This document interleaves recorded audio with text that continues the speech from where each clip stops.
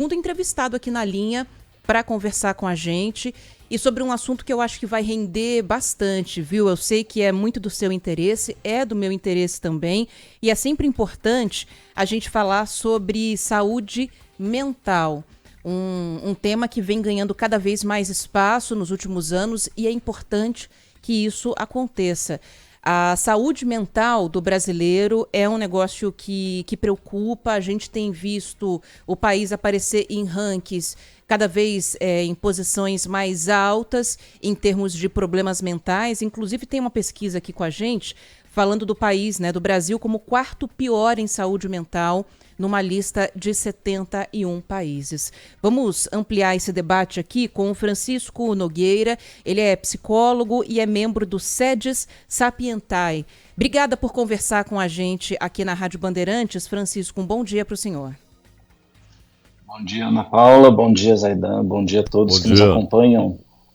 Primeira coisa, dá um panorama para a gente, por favor, Francisco, de qual é a situação da saúde mental do brasileiro hoje.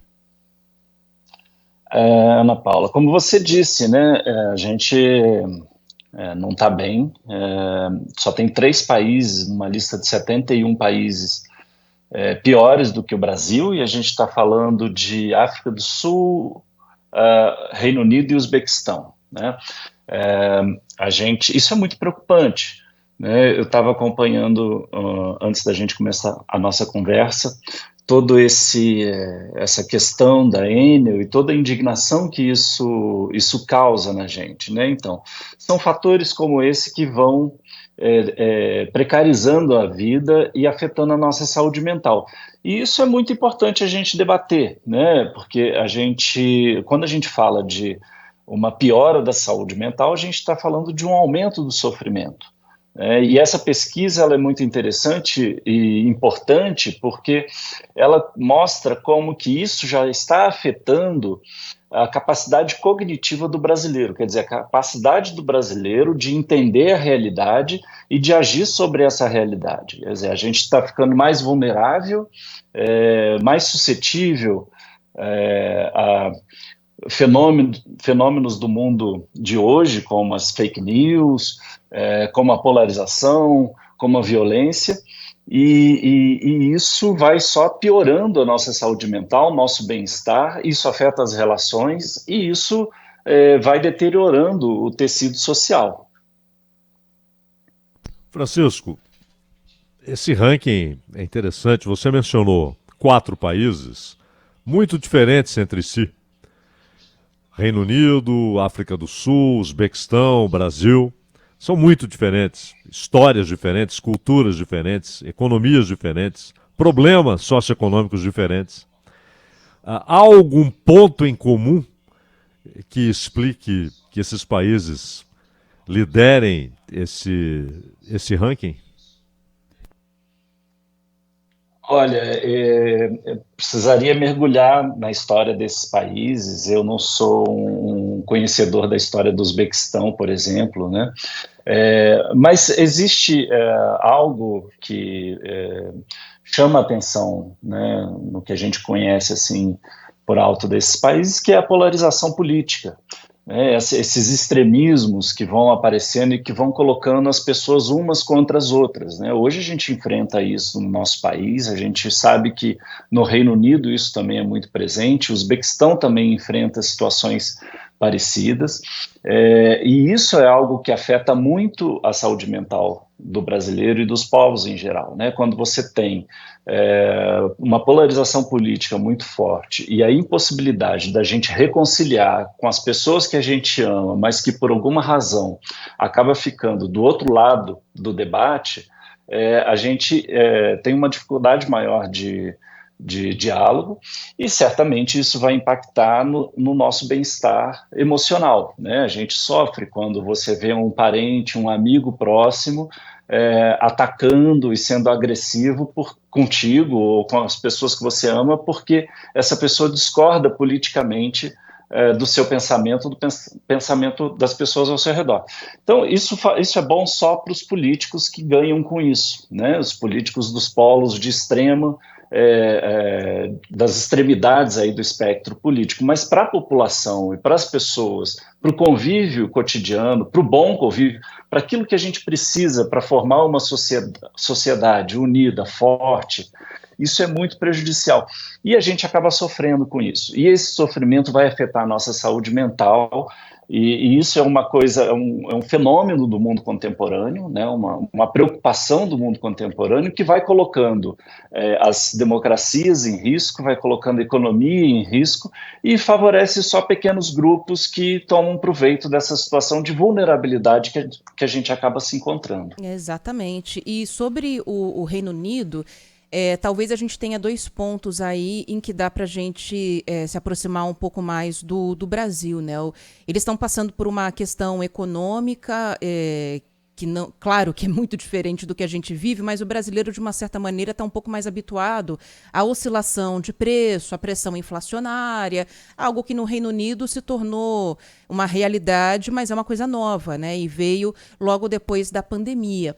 E tem a questão do consumo de álcool, né? Toda vez que a gente fala de saúde mental, é comum a gente ouvir falar que o abuso de álcool se torna um escape ou pode levar também no futuro a uma piora da saúde mental também. E no Reino Unido o consumo de álcool é um negócio muito sério, a ponto de existirem campanhas chamando a atenção para a saúde do fígado da população. Olha que loucura, né? De tanto que as pessoas bebem e principalmente os jovens. E aí eu queria trazer isso um pouco aqui para a gente no Brasil. Em relação ao consumo de álcool, as últimas pesquisas que a gente tem visto, professor, tem apontado para um aumento, principalmente entre as mulheres. Como que a gente pode relacionar isso em relação aí à nossa saúde mental por aqui?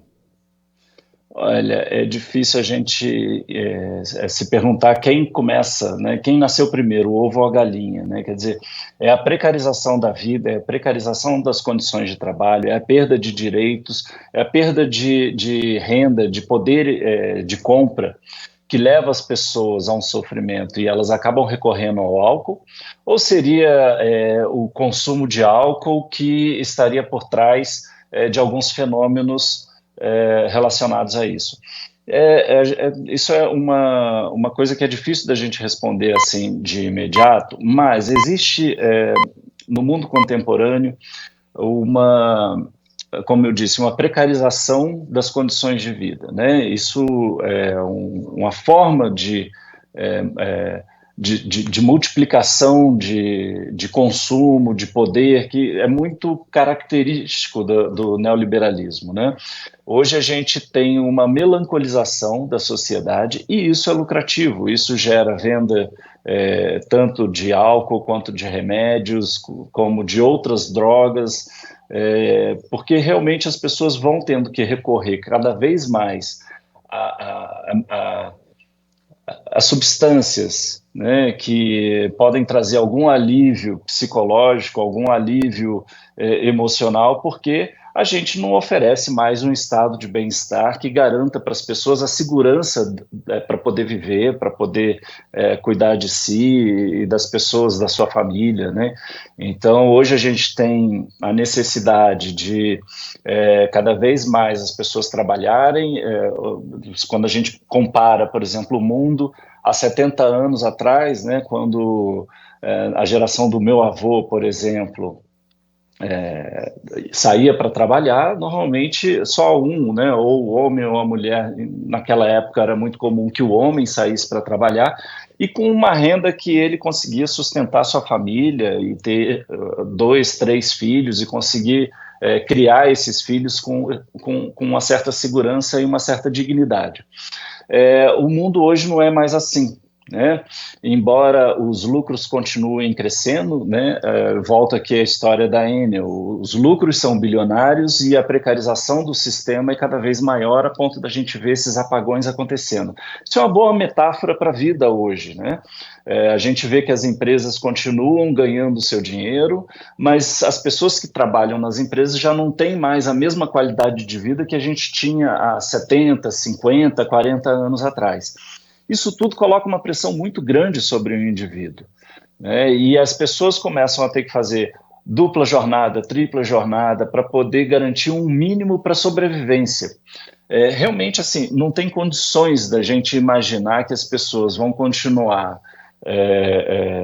vivendo a vida, pagando suas contas, criando seus filhos e ainda tendo a qualidade de saúde mental que a gente tinha há alguns anos atrás. A pandemia veio e piorou tudo isso, né? A gente vê um crescimento da preocupação de saúde mental de 2019 para cá, e depois da pandemia isso não altera, essa piora da saúde mental, ela se mantém, e isso é muito preocupante, né? Então, a gente precisa pensar que a saúde mental é o resultado de múltiplas ações e de múltiplos fatores na nossa vida. A gente precisa ter segurança que a gente vai ter dinheiro para comer, para pagar as contas, para cuidar dos filhos, né, para poder eventualmente ter um lazer, fazer uma viagem. Então a gente já não tem mais isso, a maior parte da população não tem acesso a essas garantias, e a gente fica muito preocupado quando a gente fala do empreendedor de si, né, que é uma moda de se dizer hoje em dia. O empreendedor de si é aquele trabalhador que, se ficar doente, ele não vai ter dinheiro, porque ele não tem garantia de que, se ele precisar sair do trabalho, vai ter um sistema que garante a sobrevivência dele. E isso vai gerando tensão, vai gerando indignação, vai gerando preocupação, e isso acaba afetando a nossa saúde mental. Francisco, antes de eu fazer a próxima pergunta, Francisco Nogueira, eu te faço um pedido, porque eu soube que você trabalha com a Luciana Bonafé, que é uma grande amiga, trabalhou conosco na Bandeirantes, gosto muito dela, então mande um abraço para a Bonafé. E somos todos fãs da Bonafé aqui na Bandeirantes.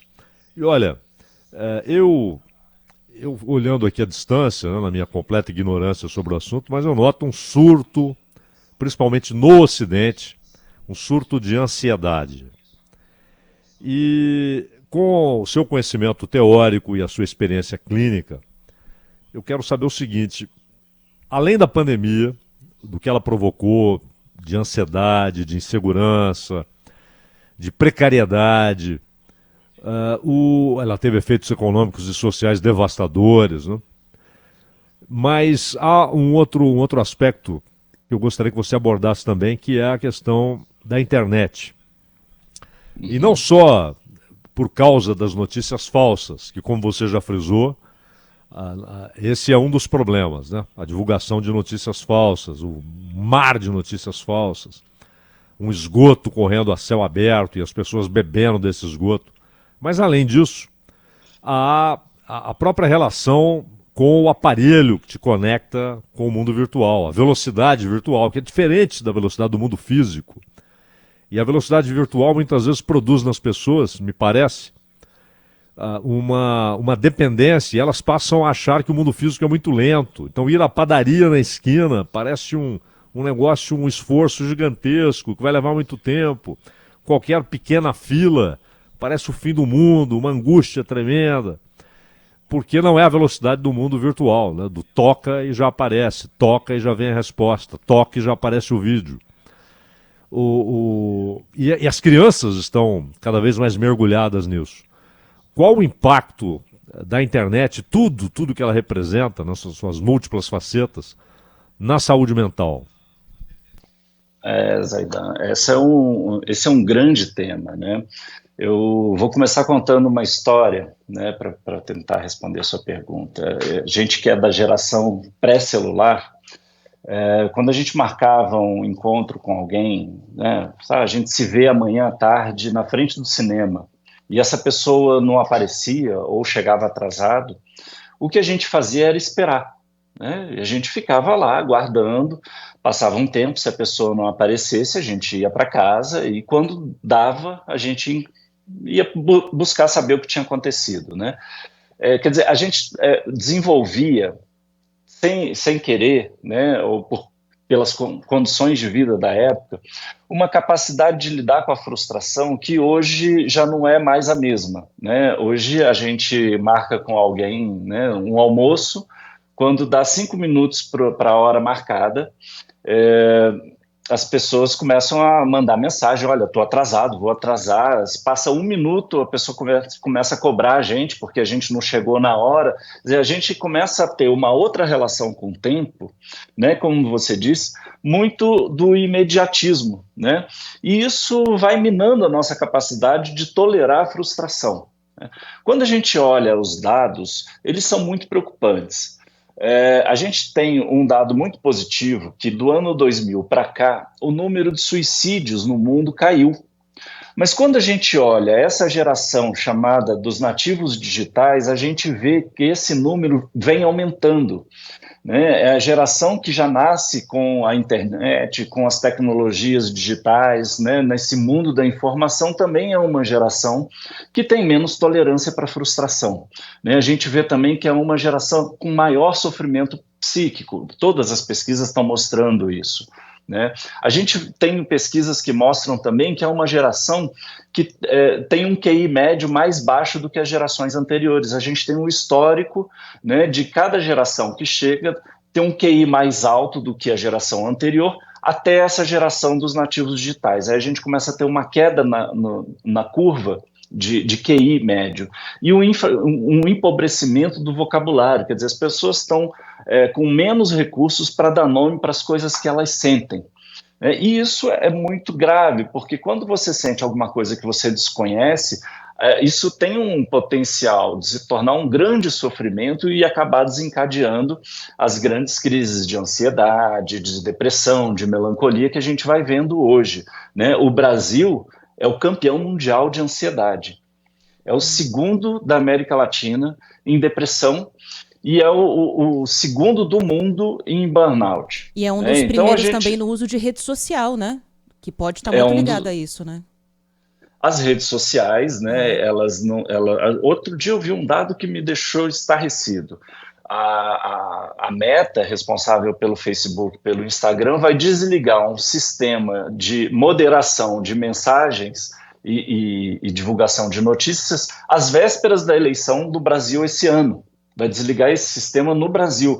Quer dizer, se existe uma correlação direta entre o uso de redes sociais e piora da saúde mental, por que a gente não debate com mais seriedade e mais veemência a questão da regulação das redes? Isso não é censura, isso é cuidar da saúde mental da nossa população, assim como a gente regulou a publicidade de cigarros, por exemplo, né? E a gente conseguiu onerar a indústria do tabaco para que ela repare os danos que ela causou na sociedade.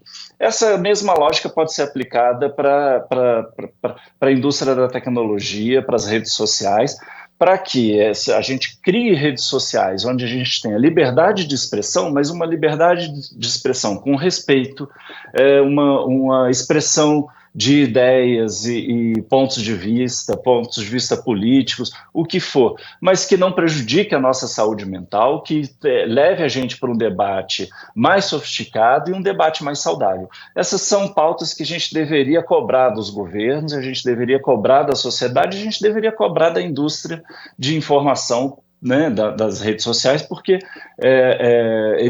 existe uma correlação, indícios dessa correlação muito claro entre o uso da rede social e a piora da qualidade de saúde mental. Quer dizer, se essa indústria lucra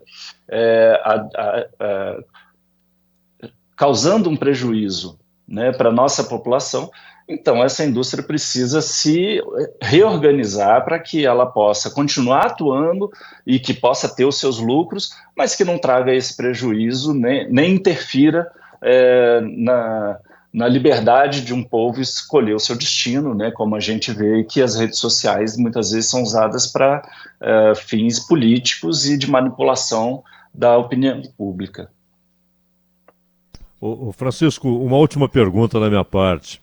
Falando em indústria, é claro que a indústria farmacêutica, os laboratórios lucram muito, porque, claro, os medicamentos relacionados à ansiedade, à depressão, são cada vez mais vendidos e muitas vezes provocando crises os efeitos colaterais, né? Crise de dependência, pessoa que já não consegue fazer nada, não consegue dormir, não consegue acordar sem o medicamento, não consegue trabalhar sem o medicamento, não consegue se relacionar, estudar sem o medicamento. E é claro, aí é aquele problema de chega um ponto em que o medicamento já não é suficiente, é preciso aumentar a dose ou pegar um outro recém-lançado, mais moderno e assim assado.